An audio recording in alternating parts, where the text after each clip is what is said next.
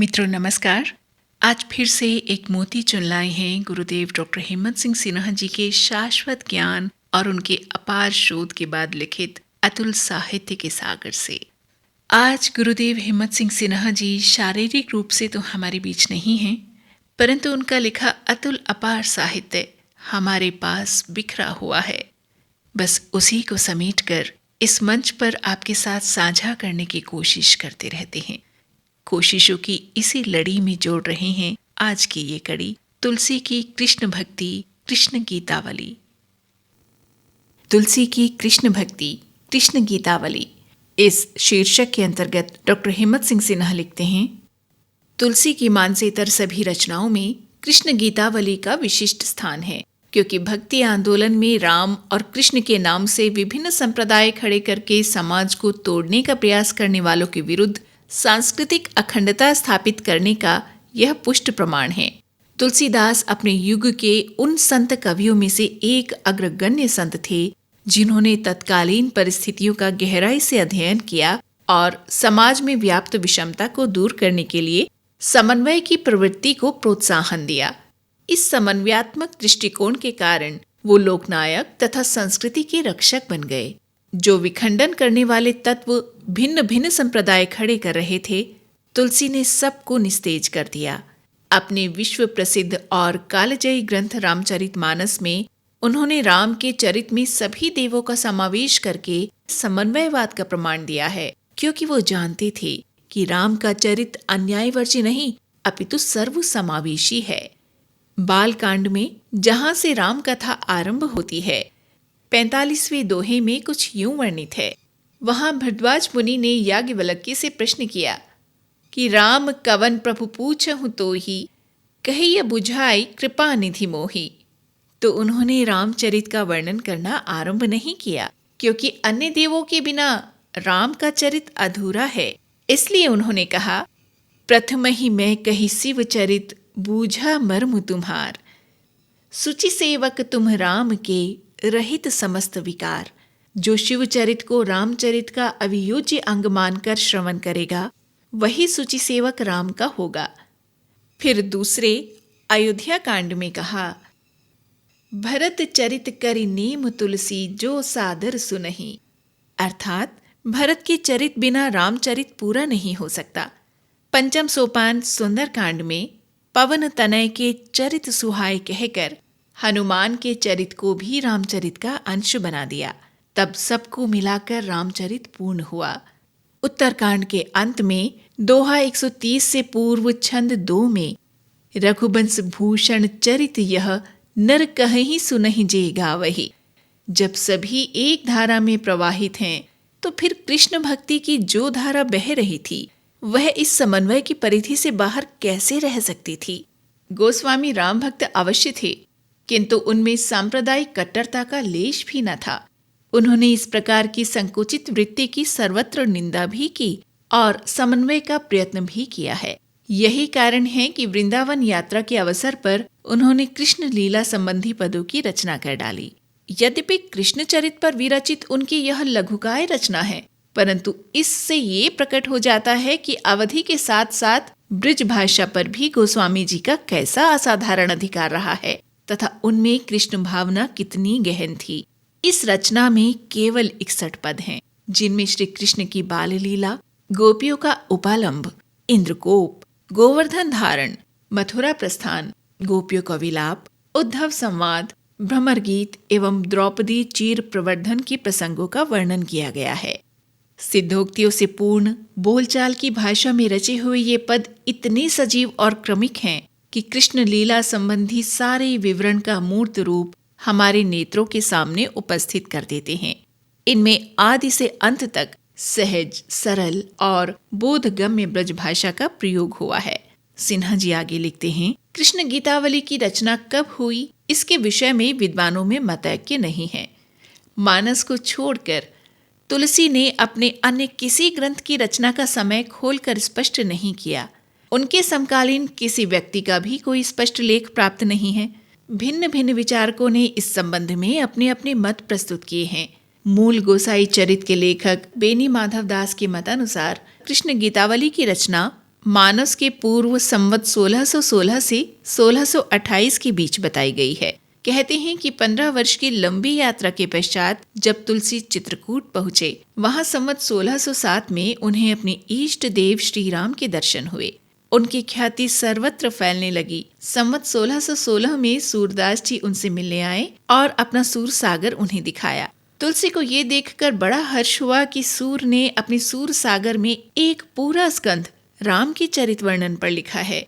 यद्यपि वे अष्टछाप के कृष्ण भक्ति धारा के उत्कृष्टतम व्यक्ति थे, इसके प्रति कृतज्ञता ज्ञापन में तुलसी ने कृष्ण भक्ति के पदों की रचना की और संवत 1628 में कृष्ण गीतावली का निष्पादित स्वरूप रच दिया। परंतु बहुत से साहित्य मर्मज्ञ मूल गोसाई चरित्र को ही प्रमाणिक नहीं मानते। उन्होंने इसकी आलोचना करके इसको अप्रमाणित सिद्ध किया है। उदाहरणार्थ विद्वान लेखक पंडित राम नरेश त्रिपाठी, डॉक्टर माता प्रसाद शुक्ल आदि ने जिन रचनाओं को मानस पूर्व रचित माना है, उनमें कृष्ण गीतावली का नाम नहीं आता है। हो सकता है शिष्टाचार के नाते तुलसी ने महात्मा सूरदास की प्रसन्नता के लिए उनके मिलन पर एक आध स्फुट छंद या पद लिख दिए हों, परंतु संपूर्ण संग्रह मानस से पूर्व का नहीं माना जाता है। अधिकांश विद्वानों को स्वीकार्य जो मत है वो ये है कि श्री रामचरित मानस की रचना करने के बाद तुलसी अपने चचेरे भाई नंददास के साथ ब्रज यात्रा पर आए थे। नंददास जी प्रसिद्ध कृष्ण भक्त सूरदास जी के साथ अष्टछाप के कवि के रूप में प्रतिष्ठित थे। ब्रज तो रसेश्वरी राधा की क्रीड़ा भूमि है, इसलिए वहां तो रस ही रस बरसता है। वहां कृष्ण की जो भी प्रतिमाएं मंदिरों में प्रतिष्ठित हैं, उनका सौंदर्य भी मन को मुग्ध करने वाला है। तुलसी इस मनोहर रूप को देखकर द्रवित होते रहे। ऐसा प्रवाद है कि वृंदावन में श्रीनाथ जी के मंदिर में कृष्ण का छैल छबीला रूप देखकर, उनकी अद्भुत छवि निहार कर तुलसी अनायास ही बोल पड़े, कहा कहो छवि आपकी भले बने हो नाथ, तुलसी मस्तक तब नवै धनुष बाण लेउ हाथ। हे प्रभु, आज जो मधुर रूप और श्रृंगार आपने धारण किया है वह अति आकर्षक है और आप बहुत सुंदर प्रतीत हो रहे हो, परंतु मैं तो आपको उसी रूप में देखना चाहता हूँ जिसका वर्णन दानवी शक्तियों का दलन करने वाले राम बाण अहिगन सरिस धनुषधारी के रूप में किया था। उसी रूप में मैं आपको नमन करूंगा। प्रभु तो भक्त की भावना के अनुरूप ही उसको दर्शन देते हैं। जाकी रही भावना जैसी, प्रभु मूरत देखी तिन्ह तैसी। प्रभु ने अपने भक्त की गुहार को स्वीकार कर लिया। कृष्ण की उसी मूर्ति ने बांसुरी और मयूर पंख त्याग कर धनुष बाण हाथ में ले लिया। इसी प्रसंग में एक अन्य दोहा भी प्रचलित है, कित मुरली कित चंद्रिका कित गोपिन को साथ, अपने जन के कारणे कृष्ण भय रघुनाथ। परंतु कृष्ण गीतावली के पढ़ने से इस प्रवाद पर विश्वास ही नहीं होता। तुलसीदास की मनोवृत्ति इतनी संकीर्ण मनोवृत्ति नहीं थी। वो राम और कृष्ण को एक ही मानते थे। ऐसा लगता है कि कुछ संप्रदायवादियों ने तुलसी को भी संप्रदायवादी सिद्ध करने के लिए ये मनगढ़ंत दोहा रच लिया हो। तुलसी साहित्य का प्रामाणिक रूप 3 स्थानों गीता प्रेस गोरखपुर, नागरी प्रचारिणी सभा काशी तथा हिंदी साहित्य सम्मेलन प्रयाग से प्रकाशित हुआ है। उनमें कहीं भी ये दोहा नहीं है। वे सर्वकवि थे और सर्वकवि की दृष्टि जितनी व्यापक और सर्वग्राही होनी चाहिए वैसी ही उनकी थी। कृष्ण गीतावली का अनुशीलन करने से ये सिद्ध हो जाता है कि तुलसी भगवान की दोनों स्वरूपों तथा उनकी लीलाओं का वर्णन करने में अपने आप को धन्य मानते थे। तुलसी तो कृष्ण की छवि को देखकर अति आनंद विभोर हो उठे थे, जिसका वर्णन उन्होंने एक सखी के मुख से बड़े श्रृंगारिक तथा अलंकारिक ढंग से कराया है।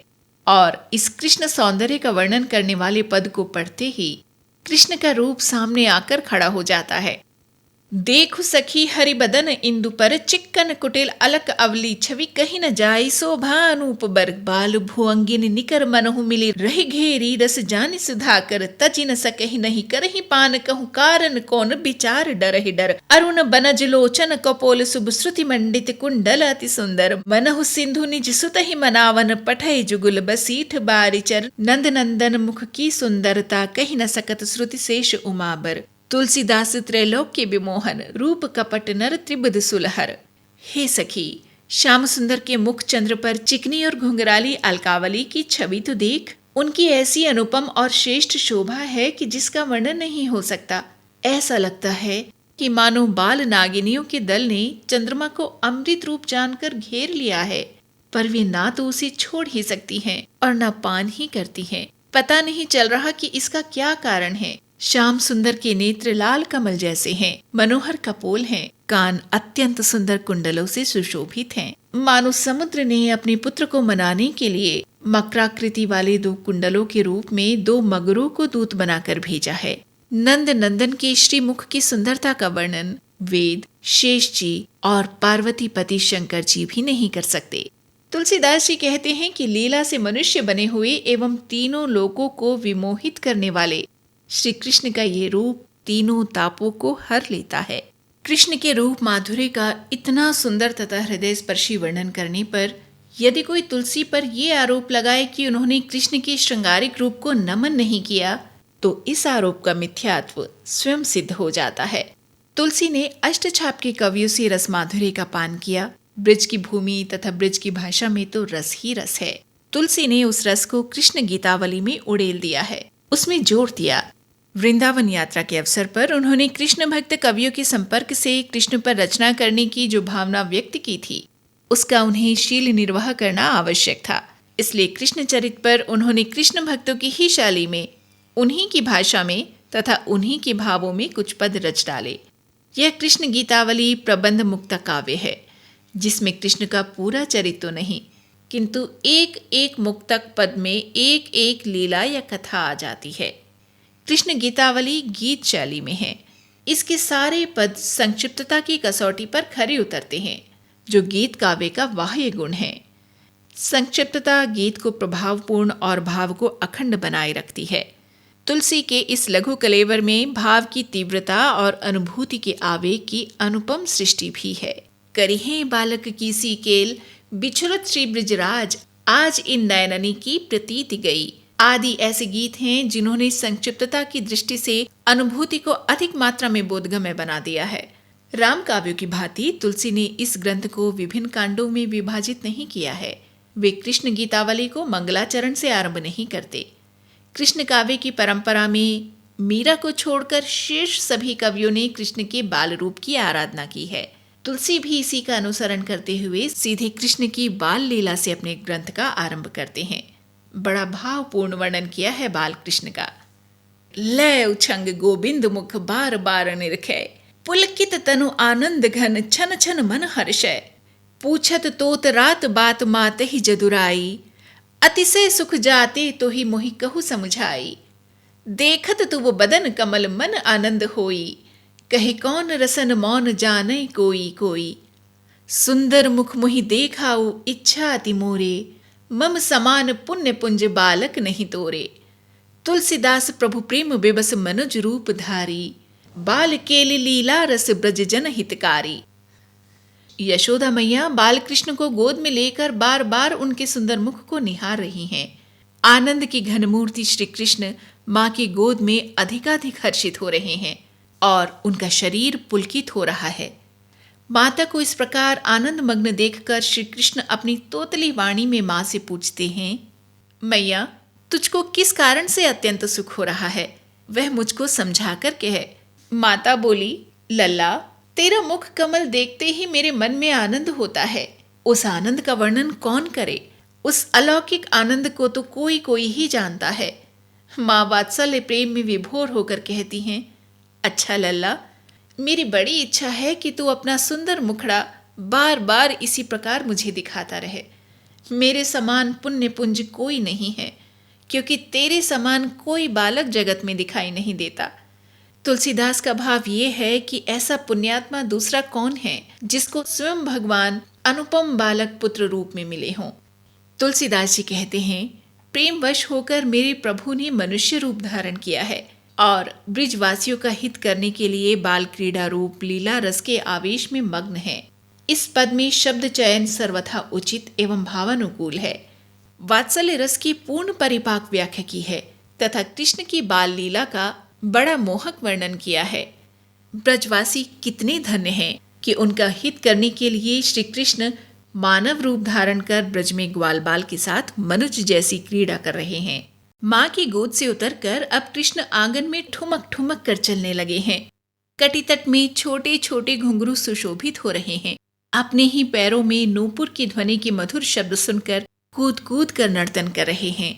गोपियां और यशोदा मैया मोद से भर जाती हैं। तुलसी कहते हैं, गोपगन महरी मुदित पुलकित गात, नूपुर की धुनि किंकिनी को कलरव सुनी, कूद कूद किलकी किलकी ठाढ़े ठाढ़े खात। तुलसीदास जी कहते हैं कि देवता तथा सिद्धगण भी इस दृश्य को देखकर हर्षित होते हैं, फूल बरसाते हैं और भाग्यशाली ब्रजवासियों से ईर्ष्या करते हैं और मन ही मन कहते हैं कि हमारे भाग्य इन ब्रजवासियों जैसे नहीं हैं।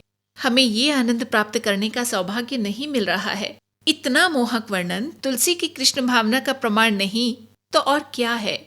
कृष्ण बड़े नटखट हैं। गोपियों के घर घुसकर माखन चोरी करते हैं, अपने सखाओं को खिलाते हैं। तुलसी के इष्ट देव राम अजगरी कभी नहीं करते हैं, इसलिए तुलसी को कृष्ण का ये नटखट रूप बड़ा विमोहनकारी लगा और उन्होंने कृष्ण गीतावली के कुल 61 पदों में से 10 पद 3 से 13 तक गोपी लीला तथा गोपियों के उपालंब के ही रच डाले। कृष्ण की शरारतों से दुखी होकर गोपियां यशोदा के पास आती हैं। एक गोपी कहती है, मैया तू समझती है तेरा लाला बड़ा भोला भाला है, परंतु आज चलकर तू स्वयं अपनी आंखों से देख ले कि इसने कितना उत्पात मचाया है। माखन खाया, लुटाया और साथ में मटकी भी फोड़ दी। हम कहाँ से इतना पैसा लाएं कि रोज रोज नए बर्तन खरीदें। तो ही श्याम की सपत जसोदा आई देखो गृह मेरे, जैसी हाल करी यही ढोटा छोटे निपट अनेरे, गोरस हानि सहो न कहो कुछ यही ब्रिजवास बसेरे, दिन प्रतिभाजन कौन बैसा है घर निधि काहू केरे। गोपियां दुखी होकर कहती हैं, नंदरानी इतना ही नहीं, जब इससे विनती करती हैं कि हमारे बर्तन तो मत फोड़, तब हंसकर हमें खिजाने लगता है।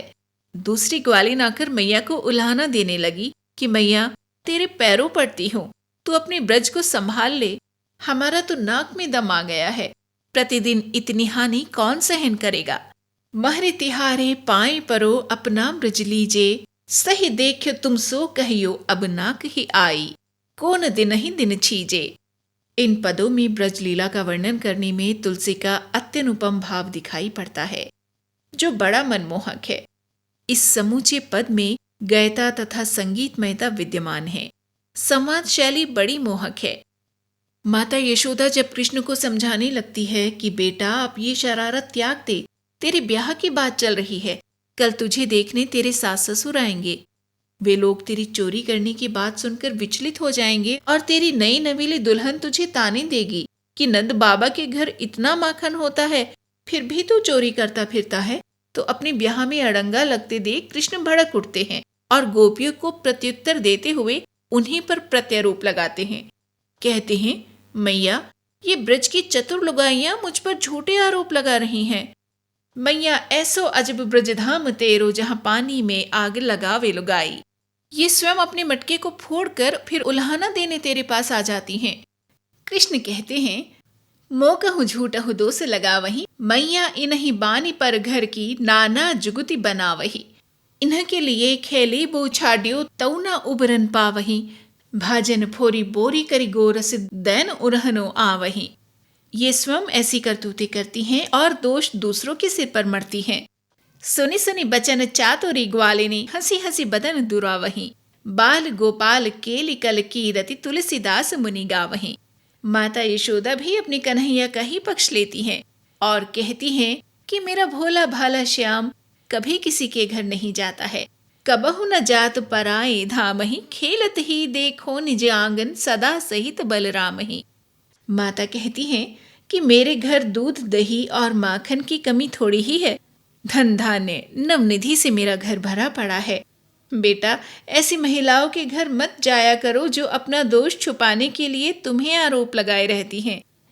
श्याम सुंदर तो नट नागरों के मुकुटमणि ठहरे, मनहर हैं, मनमोहन हैं। ग्वालिन तो उनके मुख को निरख कर तथा यशोदा के कठोर वचन सुनकर भी अधिक सुख का अनुभव कर रही हैं। तुलसीदास कहते हैं कि वे तो लक्ष्मी के हृदय में ललित रत्न कृष्ण के अनुपम रूप को देखते ही रहना चाहती हैं, इसीलिए उल्हाना देने के बहाने बार बार यहाँ आती हैं। हरिमुख निखि परूष बानी सुनी अधिक अधिक अभिरामहि। तुलसीदास प्रभु देखियो चाहत श्री उर ललित ललामहि।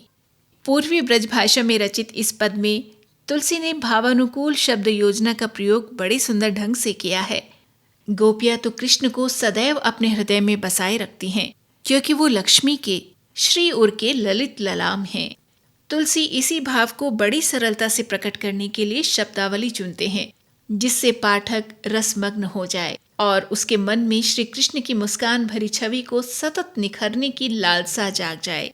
गोपी उपालंभ के सभी पदों में तुलसी इसी भाव को प्रेम मुग्ध होकर वर्णित करते हैं। उपमाओं का सौंदर्य तुलसी की वर्णनशैली को चार चांद लगा देता है। कृष्ण की ये विमोहनकारी छवि उस समय और भी आकर्षक बन जाती है जब वे कदम की छाया में मुरली की तान सुनाते हैं। तुलसी उसका वर्णन इस प्रकार करते हैं कि मानो कृष्ण साक्षात उनके समक्ष खड़े हैं। शब्दों से भाव चित्र बना देते हैं। गावत गोपाल लाल नीके राग नट हैं, चलिरि आली देखन लोयन लाहु पेखन।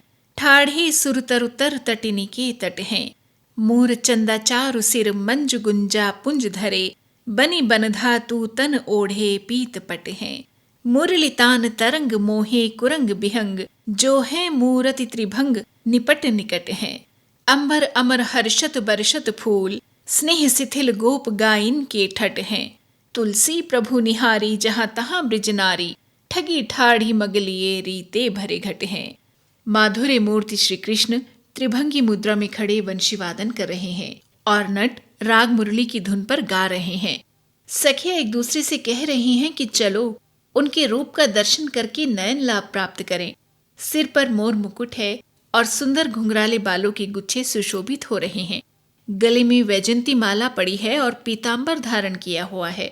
मुरली की मधुर तान सुनकर मृग तथा पक्षी मोहित हो रहे हैं। इतने मोहक रूप को देखकर देवता पुष्प वर्षा कर रहे हैं। गोप तथा गवों के समूह तो मंत्र मुग्ध होकर जहां खड़े थे वहीं खड़े रह गए हैं और संगीत का आनंद ले रहे हैं। गोपियां जो जल भरने जा रही थी वो प्रभु के इस मोहिनी रूपन को देखकर अपने रीते और भरे हुए घड़े लेकर निस्तब्ध होकर खड़ी रह गई। इस वर्णन से तो ऐसा ज्ञात होता है कि तुलसी इस रूप पर मुग्ध हो गए हैं। मानस में राम को रूप अपार मार मदमोचन कहा था, वैसा ही रूप उन्हें कृष्ण का दिखाई दे रहा है, अन्यथा वो इतना आकर्षक वर्णन नहीं कर सकते थे। इस पद में जो रसाभिव्यक्ति है वह श्लाघनीय है। श्रृंगार रस को रसराज कहा जाता है और इस पद में आद्योपांत श्रृंगार रस दृष्टव्य है। साथ साथ ही शब्दावली का लालित्य और अलंकार योजना भी अति सराहनीय है। संस्कृत कवियों में कालिदास अपनी उपमाओं के लिए प्रसिद्ध हैं, किंतु गोस्वामी तुलसीदास जी ने अपने काव्यों में अनेक उपमान ठेठ लोक जीवन से चुने हैं, जिनसे भाव की तीव्रता का सहज ही अनुभव हो जाता है। विंसेंट स्मिथ का तो यहाँ तक कहना है कि गोस्वामी जी की कुछ उपमाएं तो कालिदास की उपमाओं से भी बढ़कर हैं। कृष्ण के इस पद में रूप वर्णन से ये बात स्पष्ट हो जाती है। डॉक्टर हिम्मत सिंह सिन्हा लिखते हैं कि इसी प्रकार अन्य पदों में भी अभिव्यक्ति की स्पष्टता, उपमान विधान की नूतनता और कल्पना की अभिनव उद्भावना इस ग्रंथ में तुलसी की शैलीगत विशेषताएं हैं। उपमान विधान का सौंदर्य निम्न पद में दर्शनीय है। श्री कृष्ण ऊखल में बंधे रो रहे हैं। गोपी के माध्यम से यशोदा के प्रति मंजु अंजन सहित जलकन चुवत लोचन चारु। श्याम सारस मग मन मनहु ससी स्रवत सुधा सिंगारु। अभिव्यक्ति की स्पष्टता का एक उदाहरण कितना मोहक है। हारत हूं ना हारी मानत सट, सखी सुभाव कंदुक की नाई। अथवा मिलहि न पावक मह तुषारकन, जी खोजत सतकल्प सिराही। 23 पदों में गोपियों के प्रेम दिग्दर्शन, कृष्ण की गोपियों के साथ माखन लीलाएं और गोपियों के उपालंब के पश्चात तुलसी सारे दृश्य को परिवर्तित करा के विरह लीला का मर्म स्पर्शी चित्रण करना चाहते हैं। प्रेमी से बिछुड़ने पर जो विरह वेदना गोपियों को हुई उसके वर्णन के लिए उन्होंने सर्वाधिक पदों की रचना की है। 61 में से 36 पद संख्या 24 से 59 तक गोपियों की इसी विरह वेदना का वर्णन करते हैं। भक्ति मार्ग में प्रेमी से बिछोड़ा सर्वाधिक दुखद होता है और इसको वही समझ सकते हैं जिनकी आत्मा प्रभु से मिलने के लिए तड़पती रहती है। बांझ क्या जाने प्रसव की पीड़ा, इस वियोग वेदना की अनुभूति कराने के लिए तुलसी ने आधे से अधिक पद इसी वेदना की अभिव्यक्ति के लिए समर्पित किए हैं। ब्रिजनंदन घनश्याम मथुरा चले गए हैं। उनके वियोग में गोपियां अति व्याकुल हैं। वे अपने नयनों को दोष देते हुए कहती हैं, बिछुरत श्री ब्रिजराज आज इन नयनन की परतीति गई, उड़ी न लगे हरिसंग सहज तजी, है न गए सखी श्याममयी। इन नयनों को यह तो श्याम के संग ही चला जाना चाहिए था। यह श्याम को अपने अंदर बसाकर स्वयं श्याममय हो जाना चाहिए था। कोई गोपी उनके रूप माधुर्य का बखान करके बिलखती है, कोई कहती है कि प्रेम में विश्वासघात करके चले गए। तुलसी इसका बड़ा मर्म स्पर्शी वर्णन करते हुए कहते हैं, जब ते ब्रिज तज गए कन्हाई, तब ते बिरह रवि उदित एक रस सखी बिछुरन वृष पाई, घटत न तेज चलत नाहिन रथै रहियो उर नभ पर छाई, तुलसीदास मनोरथ मन मृग मरत जहां तह धाई, राम श्याम सावन भादो बिनु जिए की जरनी न जाई। तुलसीदास जी कहते हैं कि जब से कान्हा ब्रिज छोड़कर गए हैं, तब से ही गोपियां विरह की अग्नि में जल रही हैं। ऐसा वातावरण बन गया है मानो ज्येष्ठ मास का सूर्य घोर ताप देने वाला अति प्रचंड होकर अपनी उष्णता से सबको जला रहा है। इसका रथ भी स्थिर हो गया है, अर्थात विरह का ताप किसी भांति भी कम नहीं हो पा रहा है। उपमाओं के जादूगर तुलसी अनेक उपमाएं देकर बताते हैं कि जैसे ज्येष्ठ की तपती हुई पृथ्वी को तो सावन के घनघोर मेघ ही शांत कर सकते हैं, उसी प्रकार बलराम और श्याम जैसे मेघ ही आकर बरसें, तभी ब्रजवासियों को विरह की अग्नि से शांति मिल सकती है। अन्य कोई उपाय नहीं है। इस पद में तुलसी ने विरह की दशा का बड़ा सटीक वर्णन कर दिया है। वास्तव में तो ज्येष्ठ जब अनंत तपता है तो केवल घोर मेघ ही उसको शांत कर सकते हैं। विरह के इन पदों में तुलसी ब्रिज गोपियों की वेदना का बड़ा मर्म स्पर्शी वर्णन करते हैं। भ्रमर गीत के माध्यम से तुलसी गोपियों की असहनीय वेदना का बड़ा प्रभावशाली उल्लेख करते हुए उनके मुख से कहलवाते हैं कि हे मधुकर, तुम जो भड़कती हुई अग्नि की प्रचंड ज्वालाओं को जल के कुछ छींटे मारकर शांत करना चाहते हो, तो तुम्हें जो अच्छा लगे वह कर लो, परंतु हमारा मत तो ये है, नहीं तुम ब्रज बसी नंद लाल को बाल विनोद निहारी, नाहिन रास रसिक रस चाख्यो तात डल सो डारी, तुलसी जो न गए प्रीतम संग प्राण त्यागी तनु न्यारी, तो सुनी बो देखी बो बहु तब कहाँ कर्म सोचारी।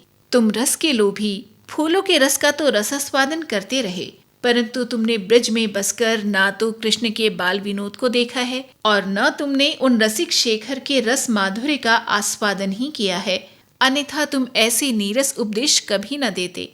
तुम्हारे वचन ढेले के समान हमें लगते हैं जो तुम हमारी ओर फेंक रहे हो, अर्थात प्रेम विभोर गोप गोपिकाओं के सामने परमार्थ की नीरस चर्चा कर रहे हो। अन्य पदों में भी ऐसी ही विरह वेदना तुलसी ने व्यक्त की है। वास्तव में तो यदि ये कहा जाए कि यह भ्रमर गीत कृष्ण काव्य में अति संवेदनशील प्रसंग है तो कोई अतिशयोक्ति नहीं होगी। तुलसीदास ने इस पर अपने काव्य कौशल का प्रदर्शन करके अपनी कृष्ण प्रेम का अकाट्य परिचय दिया है। इसी विषय में डॉक्टर हिम्मत सिंह सिन्हा आगे लिखते हैं कि कुछ समय पश्चात कृष्ण गोपियों की विरह व्यथा का निवारण करने के लिए, निर्गुण ब्रह्म का ज्ञान देने के लिए ओधो को वृंदावन भेज देते हैं, जो प्रेम की भूमि है। वहां कृष्ण माधुर्य की प्यासी ऊधो को सुनने से नकार देती हैं। कहती हैं, ऊधो, तुम जो संदेश लेकर आए हो वह हमारे लिए व्यर्थ है। जो बातें कृष्ण ने कही हैं वे तुम नहीं कह रहे हो। मधुकर कान्ह कही ते न होही, कह ये नई सीख सिखई हरि निज अनुराग बिछोही, राखी सची कुबरी पीठ पर ये बातें बगुचोही। यह तो कुब्जा से जो नई शिक्षा कृष्ण ने प्राप्त की है वह हम प्रेम विहरणियों के लिए अब भेजी है। तुलसीदास जी गोपियों के भाव तथा उनकी व्यथा को भली भांति पहचानते हैं। उन्होंने रामचरितमानस में भी सीता के विरह का बड़ा हृदय विदारक वर्णन किया, जिसको सुनकर हनुमान जी भी विचलित हो उठे थे। देखी परम विरह कुल सीता, सोचन कपिहि कलप समबीता। उसी प्रकार वो गोपियों के मुख से कहलवा रहे हैं, तुलसी जो न गई प्रीतम संग प्राण त्याग तनु न्यारी, तो सुनिबो देखिबो बहुत अब कहाँ कर्म सोचारी। कहती हैं, हमारा दुर्भाग्य तो ये है कि प्रीतम श्याम सुंदर हमारे पास से विलग होकर गए, तब हमारे प्राण भी उनके साथ क्यों न चले गए। हम अभी तक जीवित हैं तभी तो तुम्हारे उल्टे सीधे उपदेश जो हमारे हृदय पर पत्थर जैसे लग रहे हैं वो सुनने पड़ रहे हैं। वियोग से पीड़ित वे कभी कृष्ण को दोष देती हैं। नंद नंदन हो निपट करी सठई। हमारे मन का संदेह मिट गया है कि हो तो न साचो स्नेह मिटियो मन का संदेह। वो हमारे मन को हरण करने वाली मनहर दिखावा ही करते रहे और अब भी लगता है उनका ये संदेश भी उपहास ही है। हरि परि उघरी संदेश हो ठटई।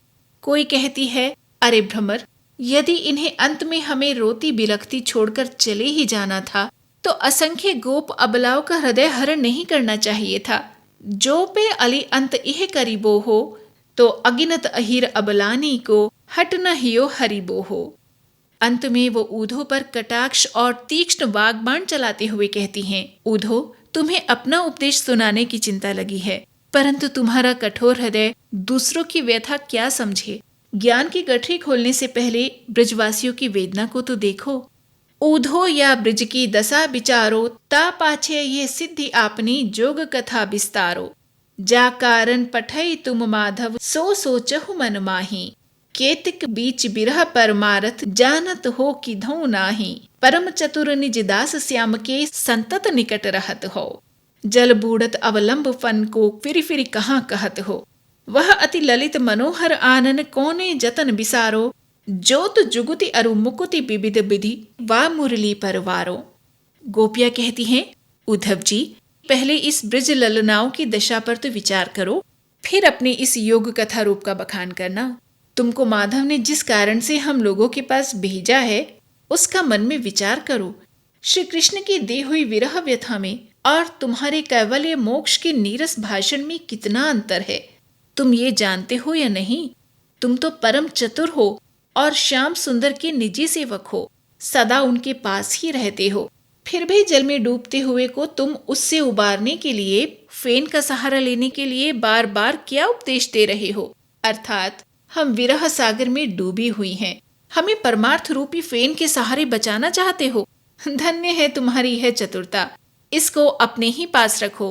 बताओ तो भला, हम उस अत्यंत ललित मनोहर मुख कमल को कैसे भूलें और क्यों भूलें, जिसने अपने स्मित मात्र से संसार की सारी रमणियों को मोहित कर लिया था। इन पदों की रचना पद्धति तथा काव्य कला का अनुशीलन करने से ब्रिज भाषा पर गोस्वामी जी के असाधारण अधिकार का अनायास परिचय मिल जाता है। कविता करके तुलसी ना लसे, कविता लसी पात तुलसी की कला। सूर को छोड़कर श्री कृष्ण के रूप माधुर्य, उनकी ब्रज लीलाएं तथा भ्रमर गीत से गोपियों के विरह का ऐसा सरस वर्णन गोस्वामी जी के अतिरिक्त और कोई नहीं कर पाया है। सूर के पदों में कई स्थानों पर भर्ती के अनेक शब्द भी आ गए हैं, किंतु गोस्वामी जी के पदों में एक भी ऐसा शब्द ढूंढे नहीं मिल सकता। भाषा के सौष्ठव की दृष्टि से भी तुलसी की भाषा जितनी प्रौढ़, कोमल, कांत पदावली से युक्त और शुद्ध है, उतनी सूर तथा उनके अष्टछाप के सहयोगियों की नहीं है। साहित्य के समीक्षक ठीक ही कहते हैं, तत्व तत्व सूरा कही, तुलसी कही अनूठ। सिन्हा जी ने आगे लिखा है, ब्रज की लीलाओं का बड़े मधुर पदों में तथा गोपियों की विरह का बड़ा मर्म स्पर्शी वर्णन करके तुलसी द्रौपदी की लाज बचाने वाले अंतिम 2 पदों में कृष्ण गीतावली को समाप्त करते हैं। जब कोई भक्त पुकारता है, हरहु नाथ मम संकट भारी, तो भक्त वत्सल तुरंत उसकी सहायता के लिए पधारते हैं। इसी भाव को अभिव्यक्त करते हुए तुलसी कहते हैं कि द्रौपदी सभा में असहाय खड़ी हैं, 5 पति प्रण हारे बैठे हैं, दुष्ट दुशासन दोनों हाथों से उसकी साड़ी को पकड़कर खींच रहा है। यो मन गुनति दुशासन दुर्जन, तमकयो ताकि गही दुह कर सारी। तब द्रौपदी कहती हैं, हाथ उठाई अनाथ नाथ सो, पाहि पाहि प्रभु पाहि पुकारी। तुलसी निरखी प्रतीति प्रीति गति, आरत पाल कृपाल मुरारी। बसन बेस राखी विशेष लखी, बिरुदावली मूरति नर नारी। उसके आरतनाद को सुनकर आरत पाल कृपाल मुरारी उसकी रक्षा को पहुंच गए।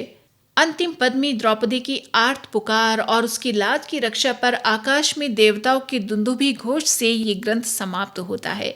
इन 2 पदों में गोस्वामी जी का दास से एकदम उभर आया है। वे अपनी प्रकृति को दबा न सके और भक्ति विभोर होकर कह उठे, जुग जुग जग साके केशव के, समन कलेस कुसाज कुसाजी। तुलसी को न होई सुनिकी रति, कृष्ण कृपालु भक्ति पथ राजी। अपने इस लेख का समापन करते हुए डॉक्टर हिम्मत सिंह सिन्हा जी लिखते हैं, अंत में परमपिता परमात्मा की अनुकंपा प्राप्त कर द्रौपदी मन ही मन प्रेम मग्न प्रमुदित होती हुई वस्त्रों के ढेर के बीच सुशोभित हो रही हैं। तुलसी कहते हैं कि केशव की यह कीर्ति क्लेश नाशक है और अमंगल को भी मंगलकारी बना देने वाली है। यही तुलसी का भी भाव है। जय कृष्ण मुरारी, मुरलीधर मनहारी। और अब चलते चलते आप सभी से एक गुजारिश, कृपया अपने सुझाव और हमारी इन कोशिशों के लिए अपनी प्रतिक्रिया अपने कमेंट्स के जरिए हम तक जरूर पहुंचाएं। जल्द ही गुरुदेव के एक और लेख के साथ अवश्य उपस्थित होंगे। इसी आशा के साथ नमस्कार।